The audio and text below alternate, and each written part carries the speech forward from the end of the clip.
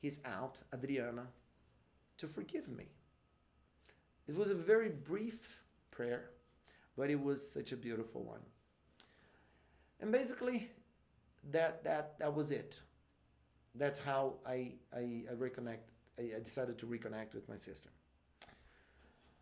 But going back a little bit, just one day before the party, when I had decided that we were going to celebrate her birthday, I thought about talking to her myself.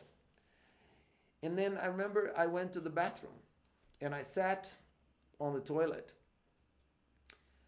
And and then I looked up, I looked to the ceiling, and I thought, okay, well, I must not forget that I've got to talk to my sister. I've got to do something about this.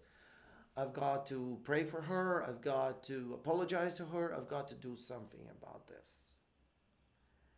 And this idea, that I got from my friend, from the therapist, from the psychologist, from a student, that I should apologize to her, became very important to me. And then I realized sitting there in the toilet that I didn't need a special place or a special moment to have this conversation with my sister. And at that moment, I decided not to procrastinate anymore, not to postpone that anymore. And I started praying and talking to my sister there in the bathroom. I mean, in the toilet. And then I apologized to her, and I started talking to her about everything that I had remembered recently, about how creative, how smart, how sweet she was, how much I loved her, and actually how much I missed her.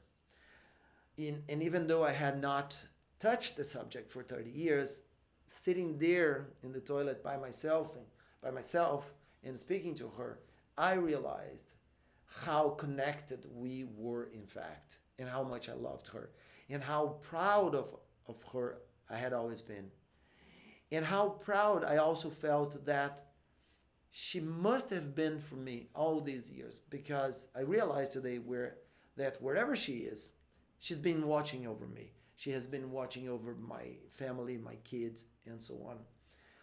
And then I apologized to her.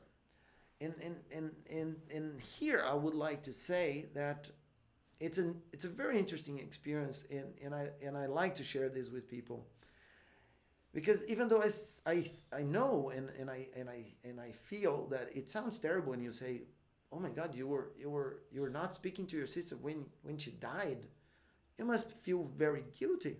Actually, I don't, because you see, uh, for me, it's a stupid thing. But when you're a kid, you do stupid things. I didn't do this out of malice, because I wanted to be kind of evil. No, I was a stupid kid doing stupid things, and I understand that. So that's why I don't burden myself with that guilt. I really don't feel guilt. But I think it's sad. I think it's very sad. And because of that, I apologize to my sister. And more importantly, I apologized for shutting her down for such a long time. Because you see, I kept my sister away from me. I excluded my sister from my life for 38 years. And that is something that I feel very sorry about. But at the same time, I feel relieved and I feel happy that we've reconnected. And there, sitting in the toilet, I apologized to her for another stupid thing that I did, and that I want to share with you as well. And once again, it's a terrible thing. It's a terrible thing. I'm not proud of it at all. But I think it's a stupid kid. It's a stupid thing that a stupid kid did. Remember that drawing I told you? The pencil sketch my sister had made of Pollyanna, the Pollyanna book, the book cover? It was beautiful. Well, one day my sister and we had a fight. I went into her bedroom. I picked up that drawing and I destroyed it. And I didn't leave any evidence. I didn't leave any traces. I destroyed and I disappeared with it. and and it's really, I know it's terrible. I don't, like I said, I don't feel proud of it, but I also don't feel guilt because, like I said, I really understand now that that was a stupid fight. I was a stupid kid and I did something stupid. But of course, my sister deserved to know, and she deserved an honest apology. And I did that, and I honestly apologized to her. When I say that I don't feel guilty, is that I don't want to to carry that pain, that suffering. Oh my God, I did such a terrible thing to my sister. Because in fact, I think my sister made another drawing. She sketched that book again, and I think I've seen the second one. But it's and I think I saw the second one. And now when I look back, to me it seems that it was not as beautiful as the first one. So anyway, I apologized to her, and I told her how sorry I was, because I am sorry that I did that, because I should have kept that drawing. That drawing should have kept it in my family, because if I had kept that drawing today, I could take a look at that drawing, and and then I felt really sorry, really really sorry that I didn't have that drawing anymore. But then something magical happened to me, because I realized that actually I do. I have that drawing, and I can remember it in detail. It's right here in my mind. The sad thing is that I can't show it to anybody. So it's a selfish thing.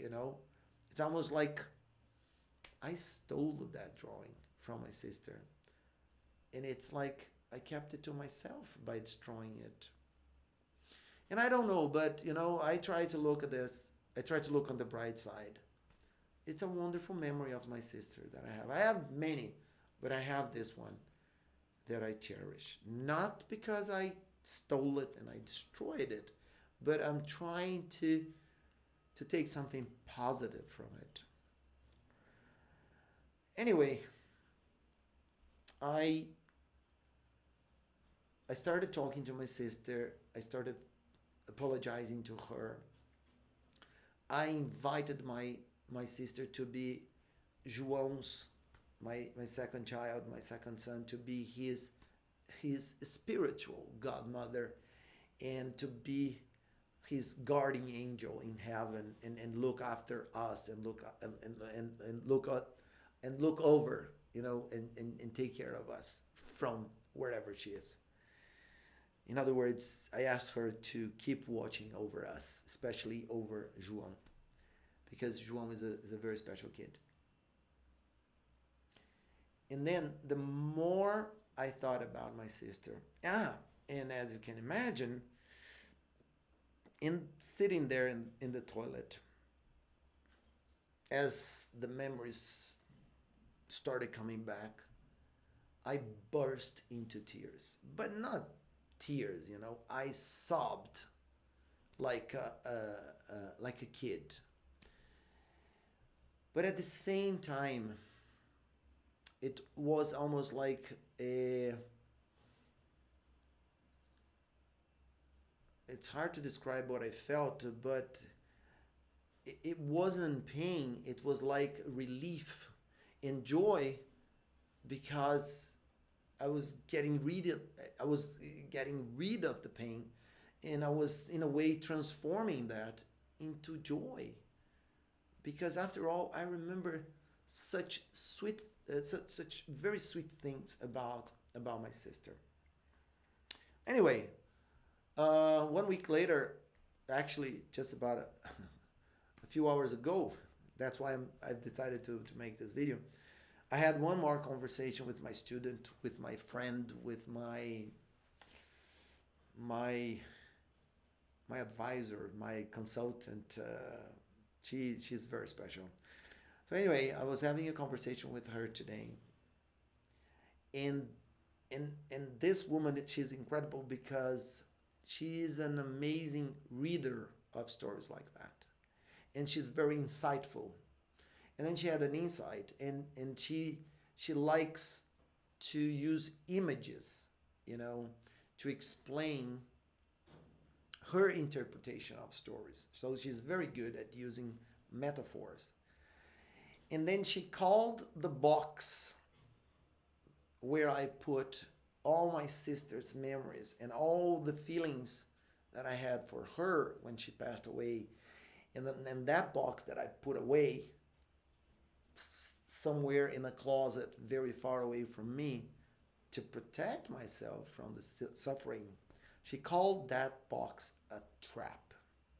And the reason why she calls that a trap, it's because when we put our feelings and our memories into that box. So because her theory is this, when we put our feelings and our memories into a box, and we shut that box, and we close that box, and we put that box away, we fail to realize that along with those memories, along with those feelings, we are also putting away beautiful memories, beautiful memories. Oh my God, we are also putting away beautiful memories and very, very strong and positive and uh, and positive feelings. We also put away a lot of joy and a lot of happiness. And in my case, for example, so let me say that again. So my friend's theory is that the box is a trap because when we think we are hiding away our feelings, our memories from us so that we can distance ourselves from suffering and from feelings, we fail to realize that along with those feelings, those memories, we also put away a lot of tenderness, a lot of joy, and a lot of sweet memories. And so basically, what I have just learned, and so basically what I've learned recently, is that for the past 38 years, I have also um,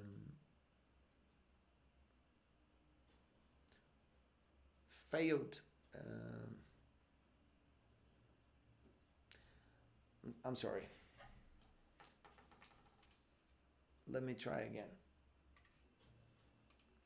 So, what I also realized, so what I've learned recently is that what happened to me is that for the past 38 years,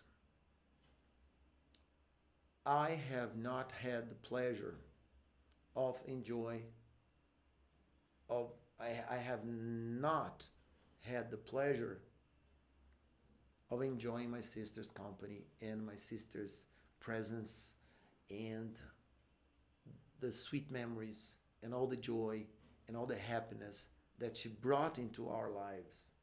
So even though her presence here was very short, I made it even shorter by keeping her away for such a long time.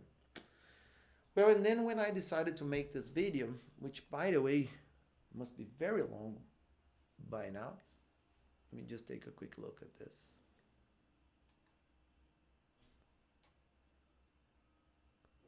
One second, please.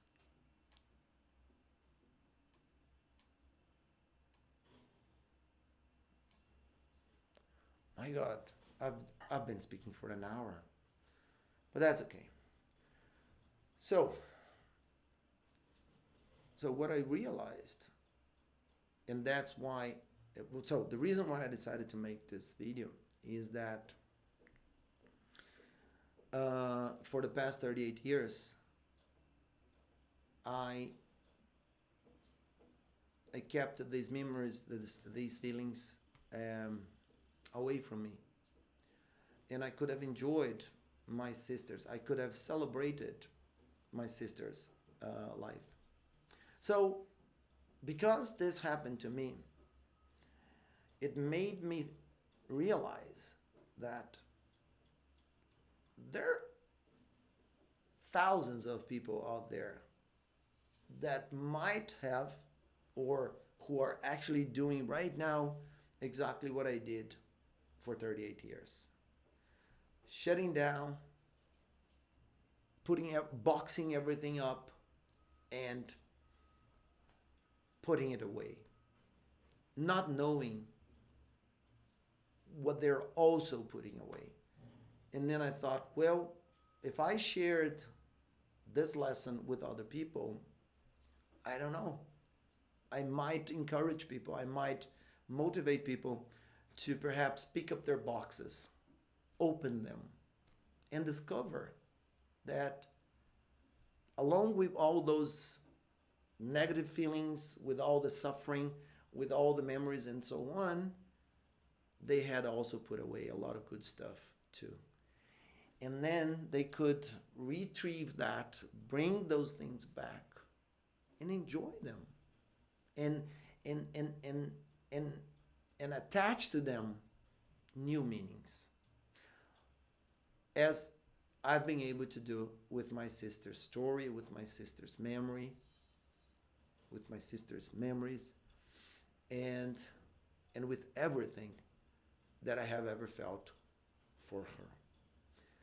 I hope um, I hope that somehow this story can be useful to you. Uh, Thanks for listening.